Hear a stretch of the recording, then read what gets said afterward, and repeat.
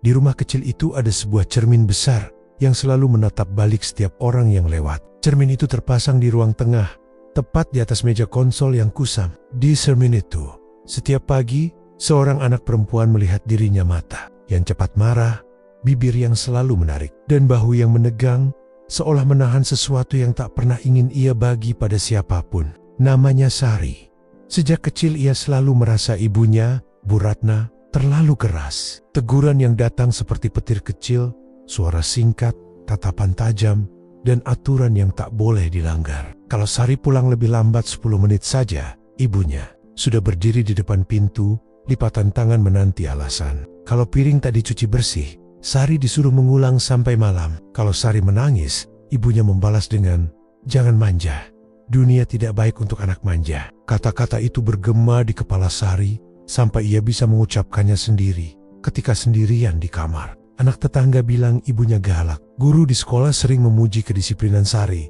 Anak yang bisa diandalkan, katanya. Tapi di Rama, setiap pujian dari luar seperti batu yang menambah beban. Sari merasa hidupnya diukur dengan standar yang selalu salah. Masih belum cukup, pikirnya. Ia memandang ibunya bukan sebagai pelindung, tetapi sebagai penjaga yang tak kenal lelah memeriksa kelemahan-kelemahannya. Mereka tinggal dalam rumah sederhana di pinggir kota. Bu Ratna bekerja sebagai penjahit kecil-kecilan, terkadang menerima pesanan baju dari tetangga, terkadang membantu toko kelontong untuk menempelkan label harga. Uang selalu tipis, dan malam-malam panjang sering diisi Bu Ratna dengan menjahit sampai jarum itu hampir tumpul. Sari sering menunggu suara jarum itu di ruang tengah, berharap itu menandakan akhir dari pelecehan kecil yang datang dari komentar ibunya. "Kalau kamu mau, kamu harus bekerja lebih keras," ibunya berkata suatu kali ketika Sari mengeluh soal teman yang menertawakan bajunya di sekolah. "Kamu harus kuat. Aku tidak mau kelak orang meremehkanmu." Sari mendengar itu sebagai ancaman, bukan nasihat. Kegigihan ibunya dibaca sebagai ketiadaan kasih sayang. Ketika Sari beranjak remaja, ia mulai menyimpan semua kekecewaan itu di dalam sehari-hari. Ia menutup pintu kamar ropet-ropet, menulis kata-kata kasar dalam buku harian yang ia sembunyikan. Dan suatu malam, ketika usia memasuki batas belasan, ia memutuskan untuk pergi. Pergi bukanlah keputusan yang tiba-tiba. Ada malam-malam ketika Sari menangis, terpukul di samping cermin ruang tengah, membayangkan kehidupan yang tak dihakimi. Ia mengumpulkan uang, sedikit demi sedikit menjual beberapa buku pelajaran lama, menabung dari pekerjaan paruh waktu di kafe, dan mengambil kesempatan manapun untuk menabung. Pada pagi hujan yang dingin, ketika ibunya sedang sibuk menerima pesanan jahitan di meja, Sari membuka lemari, mengambil tas ransel yang sudah ia siapkan sejak lama, dan meninggalkan secari kertas di meja.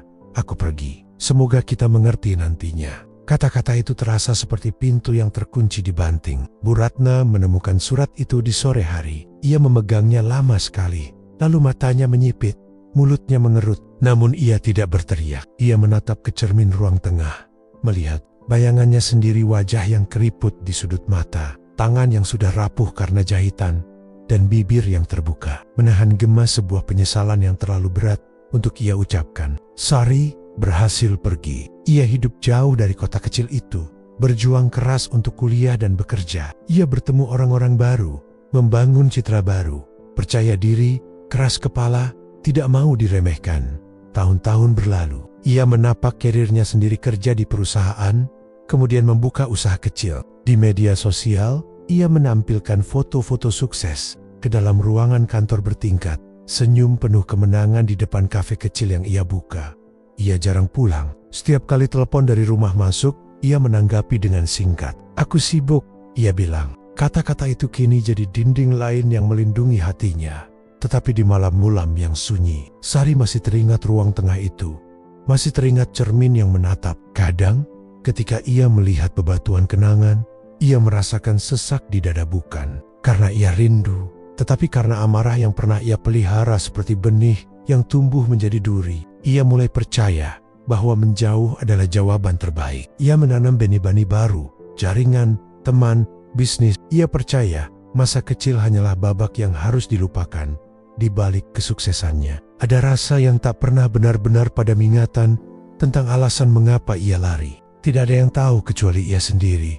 Tatapan dingin ibunya, kalimat pendek yang seperti cambuk, dan tangan yang sering menutup pintu saat Sari mencoba memeluk. Ia sering menutup mata ketika mengingat satu momen ketika ia sakit demam tinggi dan Bu Ratna tidak membawanya ke dokter segera. "Kamu hanya lebay," kata ibunya waktu itu. Episode itu menautkan imaji seorang ibu yang tak peduli dengan luka anaknya. Imajinasi itu membakar emosi Sari hingga ia yakin segala bentuk kelembutan ibunya adalah pura-pura atau setidaknya sesuatu yang sangat langka. Beberapa tahun berlalu. Suatu hari, ketika Sari sedang membersihkan meja kerja di kantornya yang baru, ia menerima paket kecil amplop coklat yang tampak usang. Nama pengirimnya adalah alamat rumah masa kecilnya. Ia hampir melemparnya ke tempat sampah, tapi sesuatu menahannya. Namanya tertulis dengan tulisan tangan yang familiar, tangan yang dulu sering menjahit pinggir baju dan menulis nota belanja. Dengan huruf miring, Sari merasakan jantungnya berdegup kencang. Bukan karena gembira, tetapi karena rasa was-was. Apa isi surat dari rumah itu? Ia membawa amplop itu pulang ke apartemennya, duduk di sofa, dan menatapnya lama. Di sudut ruang tamu, lampu kota memantulkan. Sinar tipis ke permukaan cermin kecil di meja riasnya seolah mengingatkannya pada cermin ruang tengah di masa lalu. Sari membuka segel surat itu dengan perlahan, seperti membuka kotak yang mengandung rahasia yang bisa menghancurkan bangunan yang telah ia dirikan. Selama ini, di dalam amplop itu ada selembar kertas tipis. Surat itu dimulai dengan kalimat sederhana. "Nah, kalau kau baca surat ini, berarti aku sudah tidak lagi mampu menemuimu seperti dulu." Huruf-huruf itu bergetar sedikit, sebuah tulisan tangan yang lama tak berubah.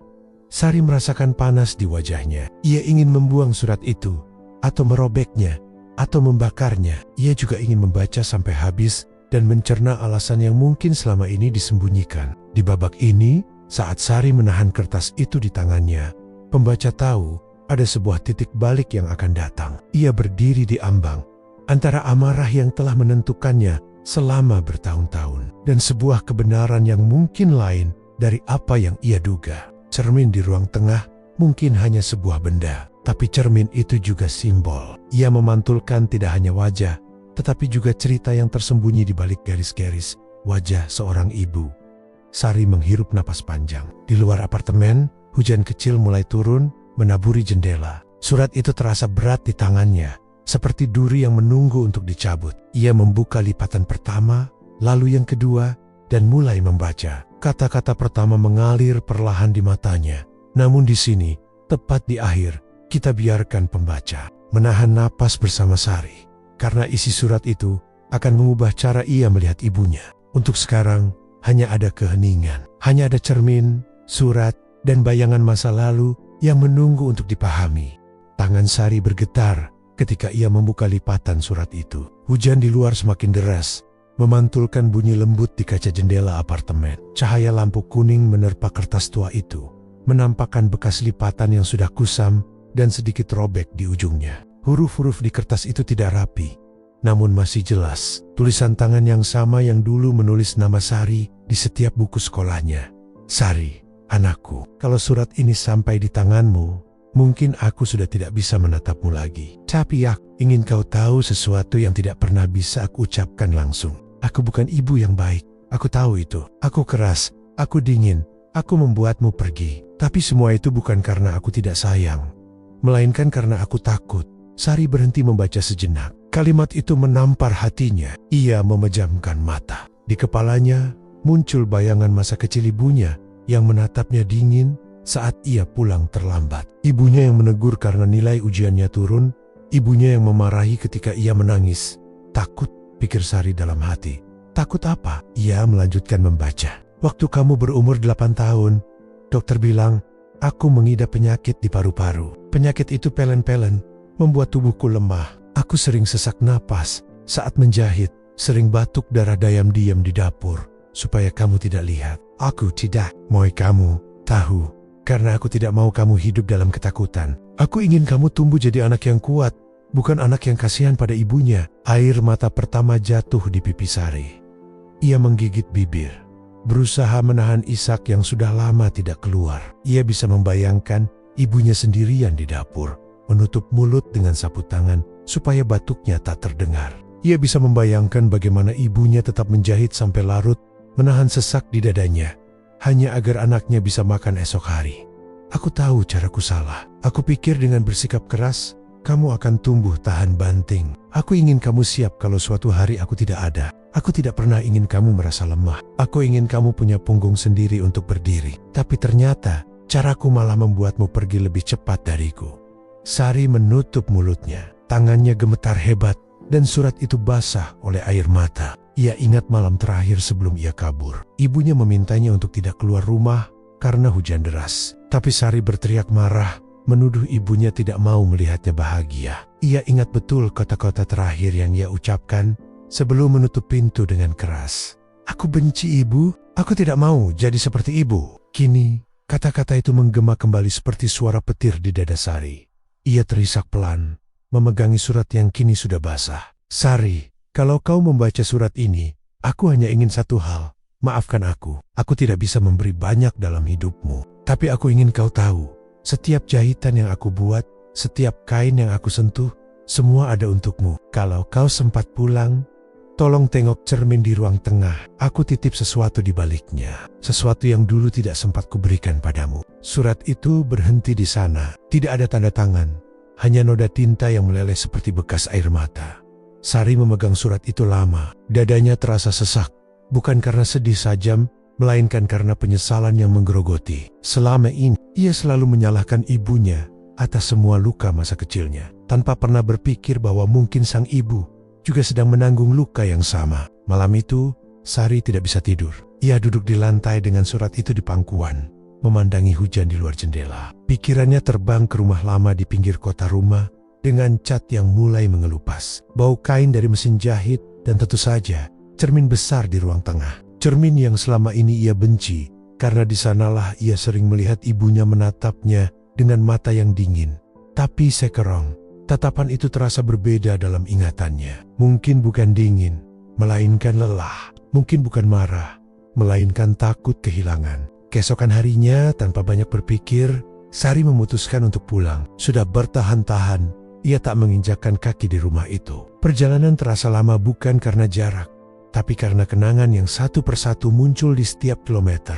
Ketika bus akhirnya berhenti di terminal kecil dekat kampungnya, Sari turun dengan langkah pelan, membawa tas kecil dan surat itu yang kini sudah dilipat rapi di saku. Rumah itu masih sama, cat dindingnya pudar, atapnya sedikit miring, dan halaman depannya dipenuhi rumput liar. Tapi semuanya terasa diam, terlalu diam. Sari membuka pagar, dan suara engsel berkarat terdengar nyaring. Ia melangkah masuk ke ruang tengah, dan di sanalah ia melihatnya. Cermin besar itu masih tergantung di dinding. Cermin itu memantulkan wajahnya. Sekarang bukan anak kecil yang dulu marah, tapi perempuan dewasa dengan mata lelah dan air mata yang belum kering. Ia mendekat, menyentuh bingkai kayu yang dingin dan berdebu. Lalu ia ingat kalimat terakhir di surat itu. Aku titip sesuatu di baliknya. Dengan hati-hati, Sari melepaskan cermin itu dari dinding. Di belakangnya, ada selembar foto lama yang ditempel dengan isolasi yang sudah menguning. Foto itu menampilkan dirinya Sari kecil yang sedang tertidur di pangkuan ibunya. Sementara Bu Ratna menatap ke kamera dengan senyum lembut yang belum pernah ia lihat sebelumnya. Di bawah foto itu, ada selembar kertas kecil lagi dengan tulisan, tangan yang sama. Aku memang keras, tapi setiap kali kau tidur di pangkuanku, aku berdoa supaya hidupmu lebih lembut dari hidupku. Sari jatuh terduduk di lantai. Tangisnya pecah tanpa bisa ditahan. Ia memeluk cermin itu, seolah memeluk bayangan ibunya. Untuk pertama kalinya, ia melihat dirinya sendiri di pantulan kaca itu bukan dengan kebencian, tapi dengan pengertian. Ia baru sadar selama ini, yang dilihatnya di cermin bukan hanya wajah ibunya yang keras, tapi juga dirinya sendiri yang menolak memahami. Cermin itu ternyata tidak pernah menipu ia, hanya menampilkan apa yang ada di hati. Sore itu, cahaya matahari menembus jendela rumah tua itu. Cermin di ruang tengah berkilau lembut, seakan ikut menangis bersama Sari. Dan di dalam pantulannya, seolah tampak bayangan seorang ibu yang tersenyum, akhirnya damai, karena anaknya sudah pulang. Hari-hari setelah kepulangannya terasa seperti mimpi yang ganjil bagi Sari. Rumah yang dulu ia benci kini menjadi tempat yang paling sulit ia tinggalkan. Setiap sudut rumah itu memanggil kenangan bau kain dari ruang jahit, suara kipas tua yang berderit, dan cermin besar di ruang tengah yang kini seperti saksi hidup dari semua kisah mereka. Malam itu, Setelah berjam-jam menangis di depan cermin, Sari tidur di kamar lamanya. Kamar yang sempit dengan dinding penuh bekas tempelan stiker masa kecilnya dan kasur yang sudah kempes di tengah. Tapi anehnya, malam itu ia merasa hangat, seolah ada tangan yang membelai rambutnya pelan. Seperti dulu waktu ia kecil. Keesokan paginya, sinar matahari masuk dari jendela yang berdebu. Sari terbangun, lalu berjalan ke ruang tengah. Ia berdiri lagi di depan cermin. Kali ini, ia menatap dirinya sendiri lama sekali. Wajahnya tampak letih, tapi lembut berbeda dengan sorot mata penuh amarah yang dulu ia miliki. Ia menyentuh bingkai cermin itu, lalu berbisik pelan, "Bu, aku sudah pulang." Tak ada jawaban, hanya keheningan. Tapi entah mengapa, di dada Sari ada rasa tenang yang aneh. Seolah ibunya memang sedang mendengarkan dari tempat yang tidak bisa ia lihat.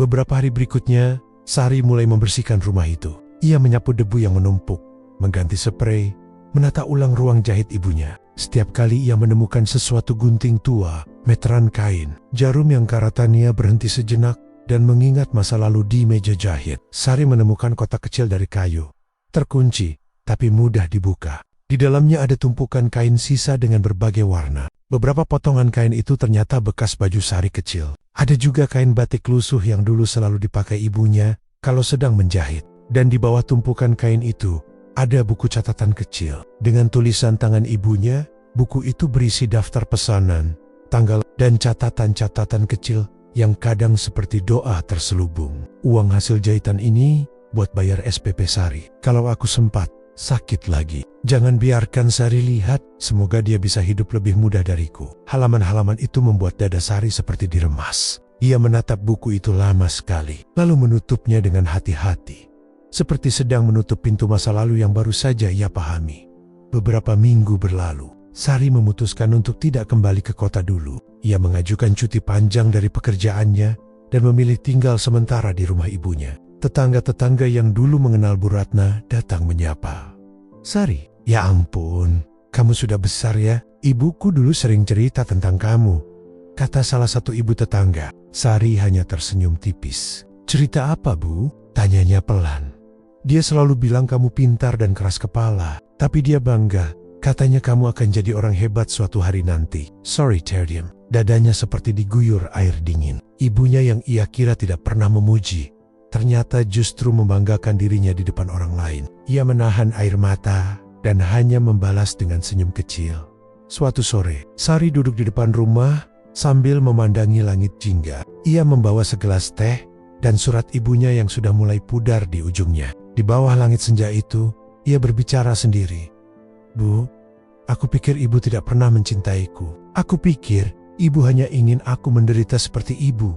Tapi ternyata ibu sedang melindungi aku dengan cara yang salah. Dan aku malah membalas dengan benci." Suaranya bergetar, tapi senyumnya lembut. Ia menatap ke arah ruang tengah, tempat cermin itu tergantung. Dari sudut tempat ia duduk, cermin itu memantulkan sedikit cahaya matahari, seperti kilauan halus yang menari di pantulan itu. Entah karena pantulan cahaya atau hatinya sendiri, Sari seakan melihat bayangan ibunya berdiri tersenyum tenang. Bukan bayangan menyeramkan atau dingin, tapi wajah lembut yang selama ini tidak pernah ia pahami. "Bu, aku janji, aku tidak akan lari lagi. Aku akan terus di sini, menjaga rumah ini, menjaga kenangan ibu," katanya lirih. Beberapa bulan kemudian, Sari membuat keputusan besar. Ia menjual apartemennya di kota dan kembali menetap di kampung itu. Rumah tua itu ia perbaiki, perlahan atap diganti, dinding dicat, ruang jahit dibersihkan. Namun satu hal tidak ia ubah, cermin di ruang tengah. Ia tetap menggantungnya di tempat semula, dengan bingkai kayu yang sama, meskipun sudah sedikit retak di ujungnya. Bagi Sari, cermin itu bukan sekadar benda, tapi jembatan antara masa lalu dan dirinya yang baru. Setiap kali ia merasa lelah, ia berdiri di depan cermin itu dan berbicara bukan untuk meratap, tapi untuk bercerita. Tentang pelanggan baru yang datang, tentang usahanya yang mulai berjalan, atau sekadar tentang hari yang terasa panjang. Ia percaya, entah bagaimana, ibunya masih mendengarkan dari balik pantulan kaca itu. Suatu hari, seorang anak kecil dari tetangga sering datang ke rumahnya, membantu membersihkan benang sisa dan melihat Sari menjahit. "Bu Sari," katanya suatu sore, "kenapa ibu suka bicara sama cermin?" Sari tersenyum. Ia menatap pantulan wajahnya di cermin yang kini bersih. Karena di cermin ini, aku bisa lihat seseorang yang membuatku jadi seperti sekarang. Jawabnya pelan. Anak kecil itu mengangguk, lalu ikut menatap pantulan mereka berdua. Dan di pantulan itu, Sari melihat sesuatu yang menenangkan, bukan lagi wajah anak kecil yang penuh dendam, tapi perempuan dewasa yang akhirnya bisa memaafkan masa lalunya. Cermin itu kini tidak lagi menjadi pengingat luka, melainkan saksi dari penyembuhan. Malam itu, sebelum tidur, Sari menatap bintang dari jendela. Ia mengambil surat ibunya, yang kini ia simpan di bingkai kecil di samping cermin ruang tengah. Ia membacanya sekali lagi, lalu menaruh tangannya di dada. Terima kasih, Bu. Aku sudah kuat sekarang. Seperti yang Ibu mau. Di luar, angin berhembus lembut, membawa suara don-don yang bergetar. Dan entah bagaimana, Sari merasa rumah itu bernafas kembali. Ia tersenyum, lalu berjalan menuju ruang tengah. Cermin itu memantulkan wajahnya dengan air mata haru dan senyum yang tulus. Untuk pertama kalinya dalam hidupnya, Sari tak lagi merasa sendirian. Ia menatap pantulannya dan berbisik, "Terima kasih, cermin, karena kau menyimpan wajah ibu untukku." Dan malam itu, untuk pertama kalinya, rumah tua itu terasa benar-benar hidup kembali. Hangat, damai, dan penuh cinta yang dulu tertahan terlalu lama. Waktu berjalan perlahan, seperti aliran sungai yang tenang di belakang rumah tua itu. Sudah hampir 1 tahun sejak Sari kembali. Rumah ibunya kini hidup kembali, penuh suara tawa anak-anak tetangga yang sering datang membantu. Aroma kain baru dari ruang jahit dan wangi teh melati yang selalu ia seduh di sore hari. Namun, di tengah kedamaian itu, ada sesuatu yang masih belum selesai. Satu rasa yang menggelayut di dada, penyesalan. Sari sering duduk di kursi kayu ruang tengah, menatap cermin tua yang kini tergantung rapi. Di sana, ia melihat pantulan dirinya yang lebih dewasa, lebih lembut, tapi kadang matanya masih tampak sedih. "Seandainya aku sempat minta maaf," gumamnya pelan. Suara detak jam di dinding menjadi satu-satunya jawaban. Suatu pagi yang lembab, saat membersihkan lemari kayu di kamar ibunya, Sari menemukan sebuah kotak kecil dari logam. Warnanya sudah pudar, tapi kuncinya masih utuh. Di tutup kotak itu tertulis dengan spidol hitam, "Untuk Sari, jika kau sudah siap memaafkan." Hatinya bergetar. Ia membuka perlahan, dan di dalamnya ada tumpukan surat, tersusun rapi dan diikat dengan tali benang merah. Beberapa amplop tampak telah menguning, tapi tulisan tangan itu masih jelas huruf-huruf miring khas ibunya. Sari membaca surat pertama. "Hari ini kau menolak makan lagi. Aku tahu kau marah karena aku tidak membelikan boneka yang kau mau. Tapi nak, ibu harus memilih makanan untukmu atau mainan yang hanya akan membuatmu lupa makan. Aku tidak ingin kau besar tanpa tahu bagaimana rasanya bertahan." Ia menutup surat itu. Air mata jatuh begitu saja, tanpa bisa dicegah. Ia membuka surat kedua, ketiga, hingga keenam. Semua berisi potongan kehidupan yang selama ini tak pernah ia lihat. Perjuangan ibunya, rasa takut, harapan yang diam-diam disembunyikan. Surat terakhir berbeda. Kertasnya lebih baru, dan di sudutnya ada noda air, seperti bekas tetesan air mata. "Sari, jika kau membaca ini, berarti aku sudah tidak bisa menjelaskan apapun dengan kata-kataku sendiri. Tapi tolong, jangan kenang ibu sebagai orang yang membuatmu menderita. Kenanglah ibu sebagai seseorang yang mencintaimu dengan seluruh cara yang ia tahu, meski sering salah." Cermin di ruang tengah itu, ibu letakkan bukan untuk menghukummu, tapi agar kau selalu melihat betapa kuatnya dirimu. Karena setiap kali kau menatap ke sana, ibu ingin kau tahu, kekuatan itu berasal darimu sendiri, bukan dari siapapun. Sari menutup surat itu sambil menahan napas. Ia merasa seperti mendengar suara ibunya lagi, lembut tapi penuh keyakinan. Matanya menatap ke arah cermin di ruang tengah yang terlihat dari celah pintu. Ia berjalan pelan ke sana, membawa surat di tangan. Cermin itu memantulkan bayangan dirinya, tapi kali ini ia merasa seolah ada dua sosok di sana, dirinya dan ibunya. "Ibu," suaranya bergetar, "aku sudah memaafkan. Tapi lebih dari itu, aku ingin berterima kasih. Sari menulis balasan untuk ibunya di buku harian yang kini selalu ia simpan di dekat tempat tidur. Ia menulis dengan hati yang ringan, seolah ibunya masih bisa membacanya. "Bu, hari ini aku menjahit seragam sekolah untuk anak tetangga. Mereka senang sekali. Aku baru sadar, senyum mereka mirip senyumku waktu kecil. Mungkin dulu ibu juga melihat hal yang sama. Aku tak lagi merasa kesepian. Rumah ini kini hangat, seperti dulu waktu kita masih satu atap. Kadang aku masih menangis, tapi bukan karena benci, karena rindu. Dan kalau ibu bisa melihatku sekarang, aku harap ibu tahu, aku baik-baik saja. Aku tidak marah lagi. Suatu sore, datanglah seorang tamu tak dikenal. Seorang lelaki tua berpeci, membawa tas kulit usang. "Permisi," katanya sopan. "Apakah ini rumah almarhumah Bu Ratna?" Sari mengangguk, agak heran. "Saya teman lamanya," kata lelaki itu. "Dulu kami sama-sama kerja di pabrik tekstil. Sebelum Ibu Ratna sakit, beliau menitipkan ini untuk diserahkan kalau suatu hari anaknya kembali." Ia menyerahkan sebuah cermin kecil dengan bingkai kayu. Katanya, ini cermin pertama yang beliau beli waktu Sari lahir. Sari menerima cermin itu dengan tangan bergetar. Bentuknya sederhana, tapi di belakangnya tertulis ukiran halus, "Agar kau selalu bisa melihat cinta, meski dunia memantulkan luka." Air mata Sari jatuh. Ia menatap lelaki itu dengan senyum getir. "Terima kasih, Pak. Saya rasa Ibu sudah menyiapkan semuanya untuk saya, bahkan setelah beliau tak ada." Lelaki itu mengangguk pelan, lalu berpamitan. Sari menatap cermin kecil itu, lalu meletakkannya di meja ruang tengah, tepat di samping cermin besar milik ibunya. Malam itu, hujan turun deras. Sari duduk di depan cermin besar, sambil memegang surat terakhir dan cermin kecil itu. Cahaya lampu kuning temaram membuat pantulannya tampak hidup. Ia bicara pelan, tapi penuh ketulusan. "Bu, aku janji, aku akan terus hidup dengan kekuatan yang Ibu ajarkan. Tapi kali ini, aku juga akan belajar mencintai dengan kelembutan yang dulu aku tolak." Angin malam masuk lewat jendela, menggerakkan tirai perlahan. Dan di pantulan kaca itu, untuk sesaat, Sari melihat sosok ibunya berdiri di belakangnya tersenyum hangat seperti dulu. Ia tidak terkejut, tidak takut. Ia hanya tersenyum balik, lalu menutup matanya. Hujan di luar masih turun, tapi di dalam rumah itu, kedamaian telah menetap. Rumah tua itu kini benar-benar menjadi tempat pulang, bukan hanya untuk Sari, tapi juga untuk cinta yang tak pernah benar-benar pergi. Sudah 3 tahun berlalu sejak Sari menemukan surat-surat ibunya. Waktu ternyata mampu menyembuhkan luka, asalkan seseorang berani membukanya lebih dulu. Kini rumah tua di pinggir jalan kampung itu tidak lagi tampak seperti peninggalan masa lalu. Pagar bambu diganti dengan kayu yang baru, halaman penuh tanaman bunga kertas, dan aroma kain bersih selalu tercium dari ruang jahit. Di depan rumah tergantung papan sederhana bertuliskan, "Rumah Cermin, tempat belajar menjahit dan berbagi cerita." Yah, begitu kini orang mengenal tempat itu.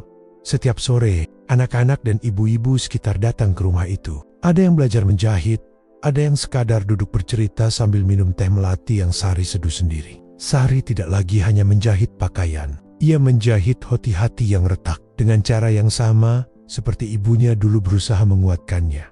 "Bu Sari," panggil seorang anak kecil bernama Lina. "Kenapa namanya Rumah Cermin?" Sari tersenyum. "Karena di rumah ini, semua orang bisa melihat pantulan dirinya sendiri," jawabnya lembut. "Kadang kita lupa kalau kita kuat, padahal kekuatan itu sudah ada di dalam diri kita. Cermin hanya membantu kita mengingat." Anak-anak itu mengangguk, meski belum sepenuhnya mengerti. Tapi setiap kali mereka tertawa di rumah itu, seolah jiwa lama di dalam dindingnya ikut tersenyum. Suatu malam, setelah semua orang pulang, Sari duduk sendirian di ruang tengah. Cermin besar yang dulu begitu menakutkan, kini menjadi temannya yang paling setia. Di samping cermin itu, foto ibunya tergantung rapi, dengan bingkai kayu sederhana. Ia menatap pantulannya dan tersenyum pelan. "Ibu," bisiknya, "rumah ini sudah ramai lagi. Orang-orang datang bukan karena aku, tapi karena kehangatan yang dulu ibu tanam di sini." Ia menghela napas. "Aku akhirnya mengerti bahwa kerasnya ibu dulu bukan karena ingin menyakiti, tapi karena ingin melindungi. Dan sekarang, aku juga ingin melindungi orang lain dengan cara yang lebih lembut." Hujan rintik turun di luar jendela. Cahaya lampu temaram membuat pantulan wajahnya tampak bercampur dengan bayangan ibunya dalam bingkai foto itu. Dua wajah itu yang dulu sering bertentangan kini terlihat seolah menyatu. Beberapa minggu kemudian, Sari mendapat undangan dari sekolah lamanya. Mereka memintanya menjadi pembicara dalam acara motivasi untuk siswa-siswa perempuan yang hampir lulus. Awalnya, ia ragu. Ia tidak pernah merasa pantas berbicara di depan banyak orang. Tapi malam sebelum hari itu, ia berdiri di depan cermin besar dan berkata pelan pada pantulannya, "Sari kecil, kali ini kita tidak akan kabur lagi ya. Kita akan bicara dengan hati. Dan pagi itu, ia datang mengenakan kebaya sederhana, peninggalan ibunya kebaya yang dulu ia benci karena dianggap kuno. Kini ia memakainya dengan bangga di depan para siswa. Suaranya sempat bergetar, tapi tidak lama. Ia mulai bercerita tentang perjuangan seorang ibu yang keras tapi penuh cinta, tentang anak yang salah paham, tentang penyesalan, dan tentang surat yang mengubah segalanya. Saat ia selesai berbicara, ruangan hening. Lalu satu persatu tepuk tangan terdengar, disusul isak haru dari beberapa siswi. Sari tersenyum. Untuk pertama kalinya, ia merasa bukan hanya didengar tetapi juga dipahami. Malam itu, setelah pulang, ia kembali ke ruang tengah. Ia menyalakan lilin kecil di bawah foto ibunya dan menatap cermin itu lama sekali. "Bu," katanya pelan, "ternyata warisan terbesar yang ibu tinggalkan bukan rumah ini, bukan mesin jahit, tapi keberanian untuk memaafkan diri sendiri." Ia memejamkan mata, lalu mendengar suara lembut dalam hatinya, seperti bisikan dari masa lalu. "Kau sudah melakukan hal yang benar, Nak, aku bangga padamu." Air mata menetes, tapi kali ini tidak ada rasa sesak, hanya rasa hangat, rasa tenang. Hari-hari berlalu dengan damai. Rumah cermin semakin dikenal banyak orang. Sari mengajari ibu-ibu yang kehilangan suami, remaja putri yang putus sekolah, dan bahkan bapak-bapak yang ingin belajar, memperbaiki baju kerja mereka sendiri. Setiap kali seseorang merasa gagal atau menyerah, Sari akan mengajaknya berdiri di depan cermin besar itu dan berkata, "Lihat, di sana ada seseorang yang masih bisa bangkit. Kalau kau mau menatap lebih dalam, kau akan lihat orang yang kuat bukan karena tidak pernah jatuh, tapi karena selalu mau berdiri lagi." Dan entah kenapa, setiap kali kalimat itu diucapkan, cahaya dari jendela selalu memantul lembut ke arah cermin, seolah ibunya ikut mengamini dari alam sana.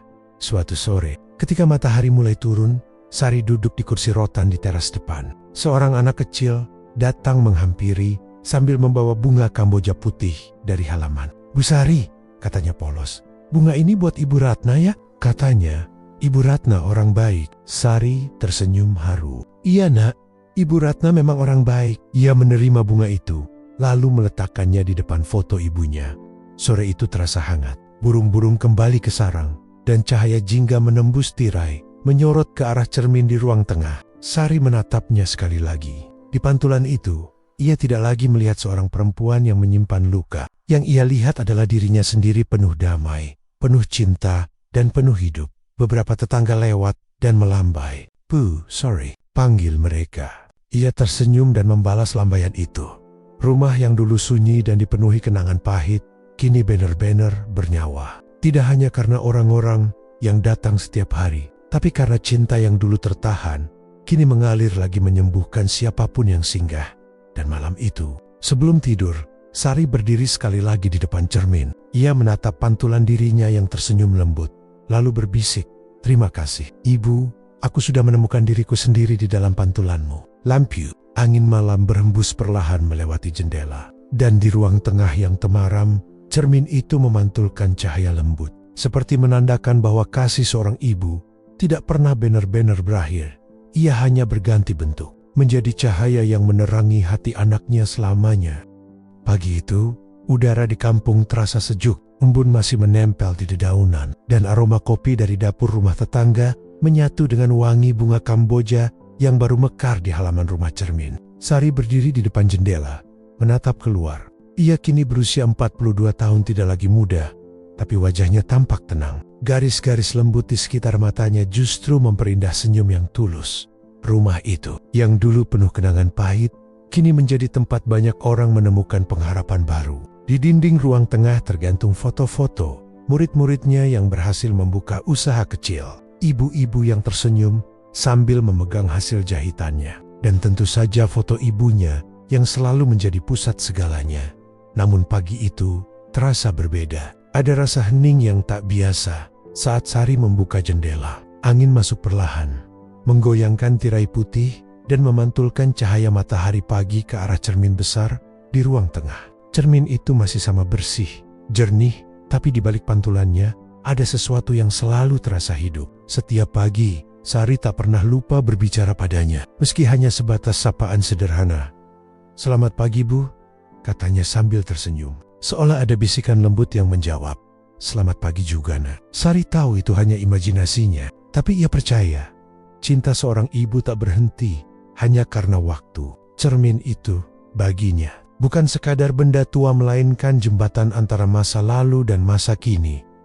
Hari itu, beberapa murid barunya datang. Salah satunya seorang gadis bernama Dewi, usia 17 tahun. Wajahnya murung dan pandangannya penuh beban. Sari tahu tatapan itu tatapan yang dulu sering ia lihat di matanya sendiri. "Bu Sari," tanya Dewi perlahan saat jam belajar hampir usai. "Bolehkah saya bertanya sesuatu?" "Tentu, Nak," jawab Sari lembut. "Kenapa ibu selalu menaruh cermin di tengah ruangan? Bukankah melihat diri sendiri terus-menerus kadang bikin sedih?" Sari terdiam sejenak, lalu tersenyum. Ia menatap pantulan mereka berdua di cermin besar itu. "Cermin memang bisa memperlihatkan wajah yang sedang sedih," katanya perlahan. "Tapi kalau kamu mau sabar menatapnya lebih lama, kamu juga akan melihat kekuatan yang bersembunyi di balik sedih itu." Dewi tidak langsung menjawab, tapi sorot matanya mulai berubah sedikit lebih lembut, sedikit lebih berani. Beberapa bulan berlalu, Dewi menjadi murid kesayangan Sari. Ia belajar menjahit dengan cepat dan bahkan sering membantu mengajar anak-anak kecil. Sari merasa seolah melihat dirinya sendiri di gadis itu. Keras kepala, penuh luka, tapi menyimpan hati yang besar. Suatu sore, saat hujan turun, Dewi duduk di depan cermin sambil menangis pelan. Sari menghampiri dan duduk di sampingnya. "Ada apa, sayang?" Dewi mengusap air matanya. "Saya bertengkar dengan ibu. Katanya saya nggak tahu diri. Saya cuma ingin sekolah lagi. Tapi beliau marah karena katanya biaya terlalu berat. Saya sakit hati, Bu. Rasanya pengen pergi aja." Sari menatap pantulan mereka di cermin. Hujan di luar membuat cahaya di ruangan tampak lembut. "Dulu," katanya pelan, "saya juga pernah bilang hal yang sama. Waktu itu, saya kira ibu saya kejam, tidak peduli. Tapi dia hanya takut kehilangan saya." Dewi terdiam. "Kadang, Nak," lanjut Sari, "orang tua tidak tahu bagaimana cara mencintai dengan benar. Tapi itu tidak berarti mereka tidak mencintai. Cinta mereka kadang keras, kadang menyakitkan. Tapi percayalah, di balik semua itu, mereka hanya ingin kita kuat." Dwi menandok, menatap cermin. "Kalau begitu, apa saya harus minta maaf dulu, Bu?" Sari tersenyum. "Kalau kamu bisa melakukannya, lakukan. Jangan tunggu waktu menyesal datang seperti saya dulu." Malam itu, Dewi pulang dengan wajah yang lebih tenang. Dan keesokan harinya, ia datang lagi sambil membawa kabar bahagia ibunya, memeluknya dan meminta maaf juga. Sari hanya tersenyum. Ia tahu, satu lingkaran luka baru saja tertutup. Waktu berjalan lagi. Rumah cermin makin dikenal banyak orang. Bahkan, beberapa mahasiswa dari kota datang untuk belajar. Bukan hanya menjahit, tapi juga mendengarkan kisah Sari tentang kekuatan dan pengampunan. Namun di tengah kesibukan itu, Sari mulai merasa tubuhnya cepat lelah. Kadang napasnya pendek, kadang pandangannya buram. Tapi ia tidak ingin membuat siapapun khawatir. Suatu malam, ia duduk sendirian di depan cermin. Lilin menyala redup, dan angin malam berembus pelan. Ia menatap pantulannya lama sekali. "Bu," katanya pelan, "aku rasa sebentar lagi aku akan bertemu ibu. Tapi kali ini, bukan dengan marah atau dendam. Aku akan datang dengan senyum." Ia mengusap permukaan cermin itu, seolah sedang menyentuh wajah ibunya sendiri. "Terima kasih, Bu. Karena dulu ibu kuat, aku bisa jadi seperti ini. Dan karena cinta ibu, banyak orang kini belajar mencintai dirinya sendiri." Air mata menetes di pipinya, tapi bibirnya tersenyum. Ia lalu menatap lilin di meja nyalanya, bergetar kecil, tapi tetap hangat. Pagi berikutnya, murid-murid menemukan Sari tertidur di kursi ruang tengah, dengan surat di pangkuannya. Ia terlihat damai, seolah hanya sedang beristirahat setelah hari yang panjang. Di surat itu tertulis, "Jika suatu hari aku tidak ada, jangan tangisi aku. Rumah ini bukan milikku, tapi milik siapapun yang ingin belajar memaafkan." Cermin di ruang tengah jangan pernah disingkirkan. Biarkan ia menjadi saksi bahwa setiap luka bisa berubah menjadi kekuatan. Dan bila kalian menatap ke sana, jangan cari aku di balik pantulannya. Karena aku sudah ada di setiap hati yang memilih untuk berdamai. Hari itu, seluruh kampung datang ke rumah cermin. Mereka menyalakan lilin di depan cermin besar itu. Dewi berdiri paling depan, menggenggam tangan murid-murid lain. Ia menangis, tapi bukan karena kehilangan. "Bu Sari tidak pergi," katanya pelan. "Ia cuma berpindah tempat." Sekarang beliau hidup di dalam kita semua. Angin sore berhembus masuk, meniup tirai putih hingga berkibar lembut. Dan di pantulan cermin besar itu, orang-orang bersumpah melihat sosok samar seorang perempuan berkerudung, tersenyum hangat sambil menatap mereka. Mungkin itu hanya bayangan, mungkin hanya cahaya, tapi bagi mereka itu cukup untuk percaya bahwa cinta tidak pernah hilang, hanya berubah bentuk. Tahun demi tahun berlalu, rumah cermin masih berdiri. Kini dikelola oleh Dewi. Anak-anak baru belajar di sana. Ibu-ibu masih menjahit, dan cermin besar di ruang tengah tetap menggantung di tempatnya, bersih dan berkilau. Setiap kali seseorang menatap pantulannya, seolah ada bisikan lembut yang berkata, "Jangan takut pada masa lalu, karena dari sana kamu belajar menjadi kuat." Dan di setiap pantulan itu, di balik senyum siapapun yang menatap, selalu ada cahaya lembut, cahaya cinta seorang ibu dan seorang anak yang akhirnya mengerti bahwa tidak ada jarak yang terlalu jauh bagi hati yang sudah saling memaafkan. Malam itu, hujan turun pelan, seperti menangis di atas genting rumah tua yang sudah mulai berlumut. Rani berdiri di depan rumah masa kecilnya, rumah yang dulu ia tinggalkan dengan dada penuh kemarahan dan kata-kata yang menusuk hati. Kini, rumah itu tampak lebih kecil dari yang ia ingat, lebih sunyi, lebih dingin. Pintu depan terbuka sedikit, berderit pelan saat ia dorong. Bau lembab dan kayu tua langsung menyambutnya. Ia melangkah perlahan ke dalam. Setiap langkah menimbulkan debu yang berterbangan di udara. Semua terasa asing, tapi sekaligus begitu akrab. Ruang tamu yang dulu sering dipenuhi suara bentakan ibunya, kini hanya menyisakan gema keheningan. Dan di tengah ruangan itu, masih tergantung di dinding. Seperti dulu ada cermin besar berbingkai kayu jati. Cermin itu yang dulu paling ia benci. Ia masih ingat betul. Setiap kali menangis setelah dimarahi ibunya, sang ibu selalu berkata, "Lihat dirimu di cermin itu, nak.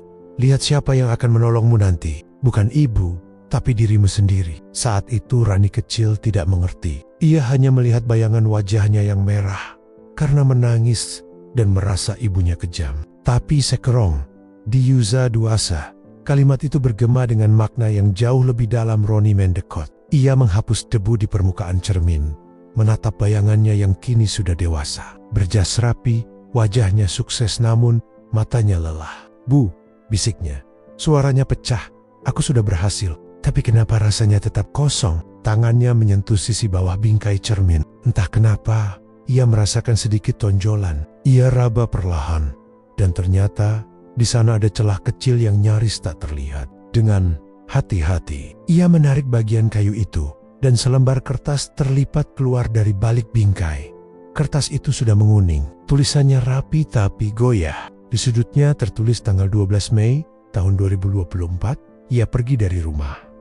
Tangan Rani bergetar saat ia membuka surat itu. "Untuk Rani, anak ibu, kalau kamu membaca ini, mungkin ibu sudah tidak ada lagi. Ibu menulis surat ini bukan untuk membuatmu sedih, tapi supaya kamu tahu sesuatu yang selama ini ibu sembunyikan. Ibu tahu kamu sering marah pada ibu. Ibu keras, ibu galak.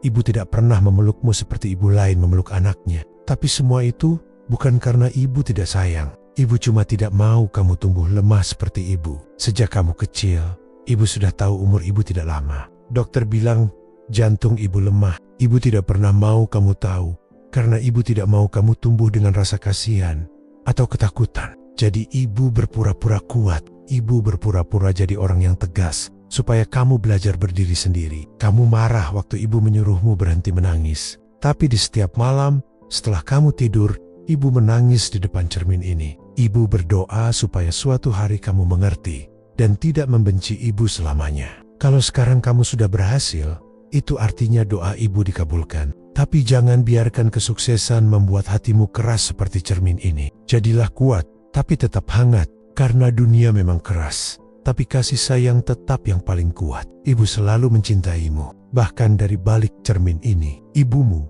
Air mata Rani menetes tanpa bisa ia tahan. Surat itu bergetar di tangannya. Ia jatuh berlutut di depan cermin, memeluk surat itu di dada. Suaranya pecah dalam isak panjang. "Bu, maafin Roni. Roni salah." Rani, bodoh banget. Hujan di luar semakin deras, seperti ikut menangis bersamanya. Cermin di depannya kini buram karena embun dan air mata. Tapi di balik buram itu, Seolah-olah Rani bisa melihat bayangan samar ibunya tersenyum lembut. Seperti dulu wajah yang keras tapi penuh kasih. Ia mengangkat tangannya, menyentuh permukaan cermin, dan berkata lirih, "Terima kasih, Bu."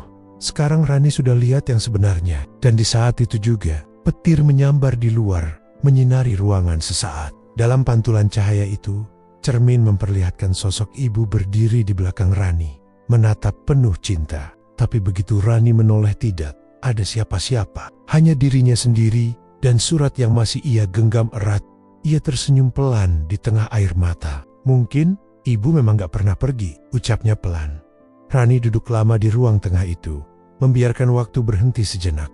Hujan akhirnya reda. Ia berdiri, memandang cermin sekali lagi, dan untuk pertama kalinya, setelah bertahun-tahun, ia melihat dirinya tersenyum. Bukan karena sukses, tapi karena ia akhirnya berdamai di bawah cahaya pagi yang mulai masuk lewat jendela. Rani menempelkan surat itu di belakang bingkai cermin, tepat di tempat ia menemukannya. Ia ingin surat itu tetap di sana, menjadi saksi cinta seorang ibu yang tidak pernah benar-benar hilang.